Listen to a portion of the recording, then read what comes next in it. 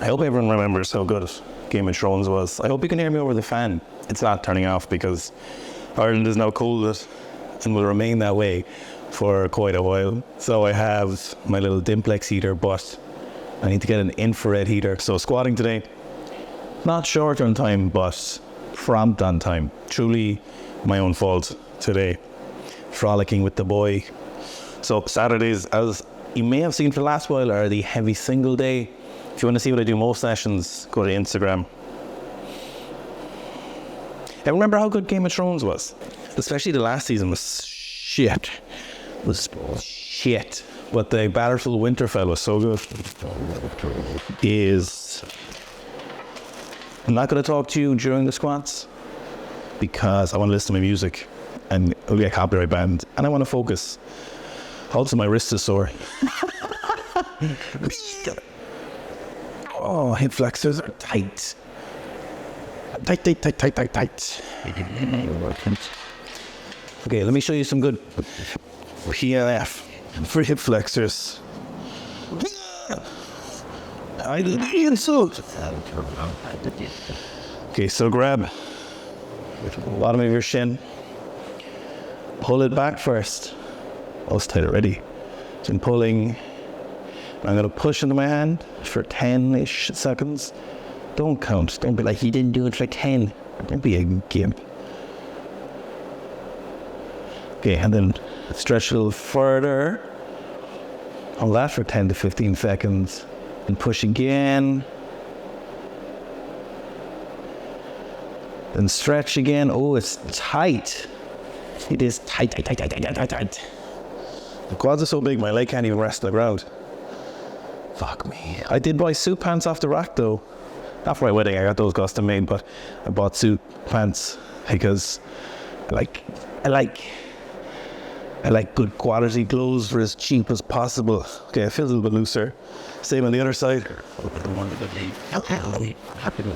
Not as tight, but still tight.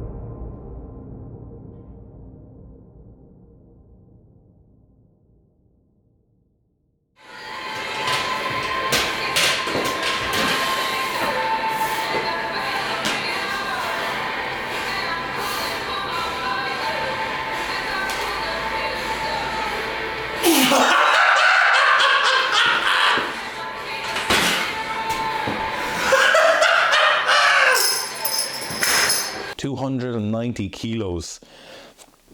Could not be happy with that progress. I have no right to be anything but happy with that progress. So that's 7 kilos up on the last really heavy single I did, which was 280 kilos. Did that just over 2 weeks ago. And today's 290 was something that, to be honest with you, I was not expecting 290 today. So what I've been doing basically for the last couple of weeks in order to peak and practice heavy singles, which is something I always need to do. For me personally, I'm much better at reps in general, or I much prefer reps, is I need to do heavy singles a little bit more consistently. Not a huge amount, but given the way I'm programming, that's what I need to do. I will talk about this at a later stage, but today the main goal is a heavy single.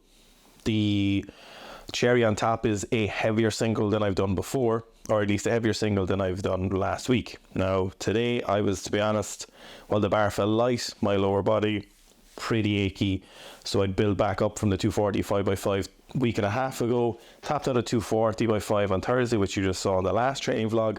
So to be honest with you, given how that felt, I was like 270 is the minimum I need to be hitting. If I don't hit 270 today, there is something wrong. Now, one of the superpowers I have as an athlete is I call my shots and I routinely hit those shots. My percentage rate is literally in the 90% plus, and how often I'll say I'm going to hit that number today and I end up hitting it. Now, the last training block for squatting, I've been nearly 100% except for today when it comes from I'm going to hit that number this evening and I end up hitting that number. So today, given that I hadn't really been in incredible shape this week from the fatigue from the week before, which is totally fine, I was like minimum 270 today, warming up, bar felt light, which is great, it means I'm recovering well, but my lower body very, very achy. Now thankfully my hip wasn't sore at all, but the insertion points of my IT bands were very, very achy on both sides. Not particularly sure, although I have an idea what was causing that. They were pretty sore at the bottom of the squat, not injury sore, just achiness sore from training load, high amounts of information, and those totally fine. It's high frequency, very heavy squatting, nothing to be, not expected. That's something that's definitely going to be happening. I was warming up, as you saw from the video, and I ended up hitting that 290 kilos. 200 felt good, the bar felt good, but the achiness was something that was counterbalancing, so it kind of added to what I'd done previously, what I thought I was going to hit today.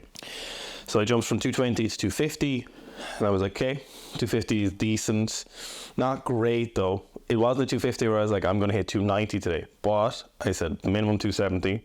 I could definitely hit 270 today. It might not be great, but I still need to hit it. So I loaded up 270, smashed it, and I was like, fuck, if I can do 270 like that. I looked at the back, 270 bar speed, very, very fast. It didn't feel super fast, but it definitely looked like I could squat 290 today, and there was no point going 285 or something like that. It's straight to 290. So I took the 20 kilo jump. All-time best, as you know, was 290 kilos, and I hit that. Now, very, very happy with the weight having done it, but technically I'm not super happy. I am allowing myself some leniency, considering that it's the heaviest I've ever squatted in my life, and I've just done it again today. But there's a couple of things that I've been working on recently. Now, one of the things I'm really happy with is that a couple of times, very frequently throughout the week, people ask me, have I been injured? I'm super happy about that, because I make a point, or at least I try and make a point, to not talk about any injuries. I talk about them as little as possible. And the only time I'll mention them is if it's an explanation for something that's happening. I really do not want to complain. You guys don't give a fuck. I don't give a fuck if I see someone else is sore. I don't really give a fuck if you're sore. The only time I give someone allowance, or I'm like, yeah, that's fucking, tell me why I'm a bitch, is when someone is like multiple sclerosis, or they're going through leukemia, or they're 75 years old and they deadlift 220 kilos, something like that, where it's crazy, where it makes me look like a bitch when they tell me what they're going through. That's what I like hearing about those things. But when it's someone like me in my prime, squatting, like, nobody fucking cares, and I don't want to be talking about that. I don't want to complain. I don't even want to hear it coming out of my mouth. One of the things though, this hip flexor and sometimes hip adductor is super achy on a squat. It really hurt on the 283, just on that 283. It's something I've been dealing with for the last couple of weeks, couple of months. It's some soft tissue. It's not a major issue. I should really address it and just gotten rid of it, but because it's been tapering off, it's okay. But one of the things that I'd let slip in the last couple of weeks, probably over the course of 4 to 5, maybe even 6 weeks in my training block, is I let my hips shift back a little bit on the descent of the squat, which isn't the style of squat I want, and there's a very good reason for that. When your hips shift back, if you're not in an already inclined torso, you're adding some forward momentum to the barbell. And when I hit the bottom of the squat, I'm slightly forward, and then my quads aren't as loaded as much as possible. What I really like to think about when I'm squatting is driving my knees forward as much as possible at the bottom, at the top, and all the way through the whole squat.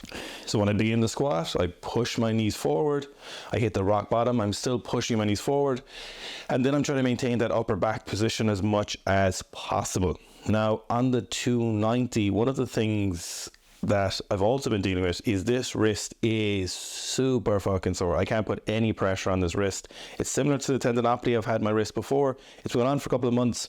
Because I haven't been doing a whole lot of overhead work and over any really, I just haven't paid attention and addressed it. And of course it got worse because I didn't address it. Things just don't get better that often. In my experience with injuries, you usually have to address them.